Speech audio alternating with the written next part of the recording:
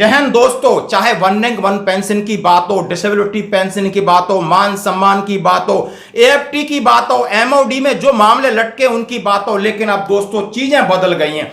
आज बदलने का मौका है और कर्नल अमित साहब ने एक ट्विटर पर डाला है, क्या राजनाथ सिंह को रक्षा मंत्री रहना चाहिए। और दूसरे एनएसए, आप नेशनल सिक्योरिटी एडवाइजर जो अजीत डोभाल साहब हैं, उनका भी कार्यकाल खत्म हो गया है। और दोस्तों बात करूंगा कौन होगा सेना अध्यक्ष, यानी 3 पद एक साथ बदलने वाले, रक्षा मंत्री, सेना प्रमुख और नेशनल सिक्योरिटी एडवाइजर, जो कि कैबिनेट मिनिस्टर का दर्जा मिलता है।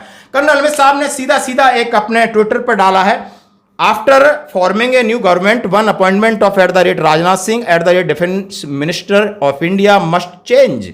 This ministry can't be headed by those with no guts, no true their words, and remain silence on the atrocities of veteran and serving soldier या Agniveer. No reaction on complaints या call. मैं हिंदी में बता दूं, नई सरकार बनने के बाद राजनाथ सिंह डिफेंस मिनिस्टर नहीं होने चाहिए. इस मंत्रालय को ऐसे लोग नहीं हैंडल कर सकते जिनमें साहस नहीं है, जिनमें सत्यता नहीं है, अपनी बात पर खरे नहीं उतरते, सच्चे नहीं है, जो सैनिकों की, पूर्व सैनिकों की, अग्निवीरों की आवाज ऊपर तक उठाते नहीं है, ना ही कॉल का जवाब देते हैं और ना ही कोई प्रतिक्रिया करते हैं. बिल्कुल, क्या बात, इस बात से आप सहमत हैं? क्योंकि वन रैंक वन पेंशन का मामला इतना बड़ा नहीं था कि जंतर मंतर पर 1 साल से ज्यादा बैठे हों. आज भी बहुत सारे लोग सालों से बैठे हैं. सिर्फ इतनी मांग थी कि आप जुडिशली एक कमेटी आप रख दीजिए ताकि इसका पोस्टमार्टम कर दीजिए, क्योंकि आप 1 करोड़ 25 लाख का वादा करते हो. हम जानना चाहते हैं ये कहां गए, या जितनी जवानों की समस्याएं, या अग्निवीर को लेकर समस्याएं, या जवान के साथ जो भी अत्याचार अनाचार हो रहा है, या कुछ भी आप बोलते नहीं हो.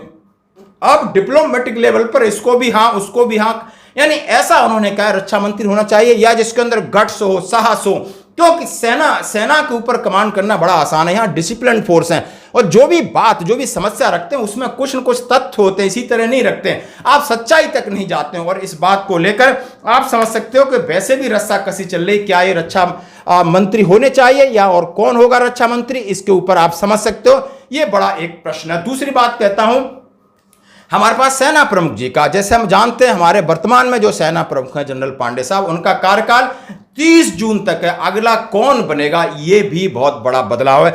अगला सीनेटी से बनेगा या नहीं बनेगा, 1 महीने का कार्यकाल बढ़ गया है. नई सरकार अब इस पद को लेकर किसके ऊपर विचार कर रही है, बहुत सारी खबरें इसके ऊपर आती रहती हैं, आप समझ सकते हो. और नीचे भी 2 सीनियर हैं, वो एक साथ इनके साथ रिटायर्ड हो रहे हैं, लेकिन सरकार आखिर में कौन सा फार्मूला लेके आएगी, किसको बनाएगी, वरीयता रखेगी या कुछ और रखेगी. और तीसरी बात करूंगा, सबसे ज्यादा संकट मोचन है जो मोदी जी के, और उनका नाम है अजीत डोभाल साहब. एनडीए सरकार के तीसरे कार्यकाल में कौन बनेगा पीएम मोदी का नया संकट मोचन, कौन संकट मोचन बनेगा? सीधी सीधी बात कहा उन्होंने.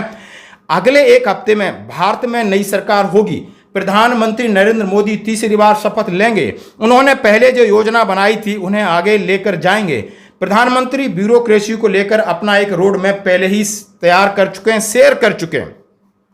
उसे लेकर उन्होंने काफी फैसले लिए हैं. उन्होंने कहा नहीं, देश के आंतरिक मामलों में कुछ बदलाव लाने की बात कही जा रही है. ऐसे में उनका नया संकट मोचन कौन होगा? यह भूमिका पहले national security adviser Ajit Doval साहब निभा रहे थे.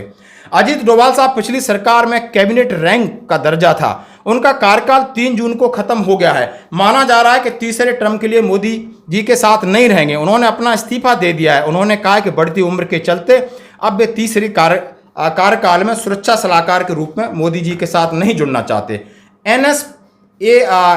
एनएसए पद क्यों महत्वपूर्ण है? अजीत डोभाल की जगह कौन लेगा? आप समझ सकते हो देश की राष्ट्रीय सुरक्षा सलाहकार की क्या भूमिका होती है. यह पद बहुत अहम है, एक संवैधानिक पद है. प्रधानमंत्री की विश्वसनीय अधिकारी राष्ट्रीय सुरक्षा सलाहकार होता है. रणनीतिक मामलों या पड़ोसी देशों की ओर से खतरों के मामले में, आंतरिक सुरक्षा के मामले में वो प्रधानमंत्री जी की मदद करते हैं, सलाह देते हैं, बताते हैं कि क्या फैसले लेने चाहिए और क्या हित में नहीं होंगे. जैसे आपने सर्जिकल स्ट्राइक देखा होगा, air surgical strike, ground surgical strike, और इनका जो इतिहास है, इनका जो पृष्ठभूमि है बहुत जबरदस्त है. बहुत जबरदस्त अधिकारी रहे और इन्होंने जो भी किया है दमखम से किया है. अजीत डोभाल का दिलचस्प इतिहास रहा है. जैसा उन्होंने कहा है कि अजीत डोभाल साहब इतिहास में काफ़ी दिलचस्प रहा है. बतौर पुलिस अधिकारी काफ़ी ऑपरेशन किए. उन्होंने कांग्रेस के साथ भी उतना ही काम किया जितना कि बीजेपी के साथ किया है. कई प्रकार के ऑपरेशन दिए। पाकिस्तान में वो 1984 दंगे हुए थे, तब जासूस के रूप में काम कर रहे थे। जब 1988 ऑपरेशन ब्लैक थंडर हुआ था, उसमें अहम भूमिका निभाई और उन्होंने पाकिस्तान में रह करके एक जासूस की भूमिका निभाई। और ऐसे एक्सपीरियंस, ऐसे जिगर और दिलेर अधिकारी को कौन रिलीव करेगा।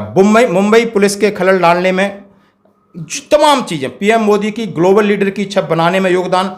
अगले एनएसएल के लिए 3 नामों की है चर्चा। अब माना जा रहा है कि पीएम मोदी के नेतृत्व वाली एनडीए सरकार में अजीत डोभाल नहीं होंगे, उनकी जगह कौन होगा, इस पर काफी चल रही। उनमें सबसे नाम है RN रवि, जो फिलहाल तमिलनाडु के राज्यपाल हैं, बेबी इंटेलिजेंस ब्यूरो में रहे हैं। दूसरा नाम है विदेश मंत्री S जयशंकर का। तीसरा नाम है आलोक जोशी का, जो कि research and analysis wing raw के हेड रह चुके हैं। अब यह तय नहीं है कि अगला राष्ट्रीय सुरक्षा सलाहकार कौन होगा।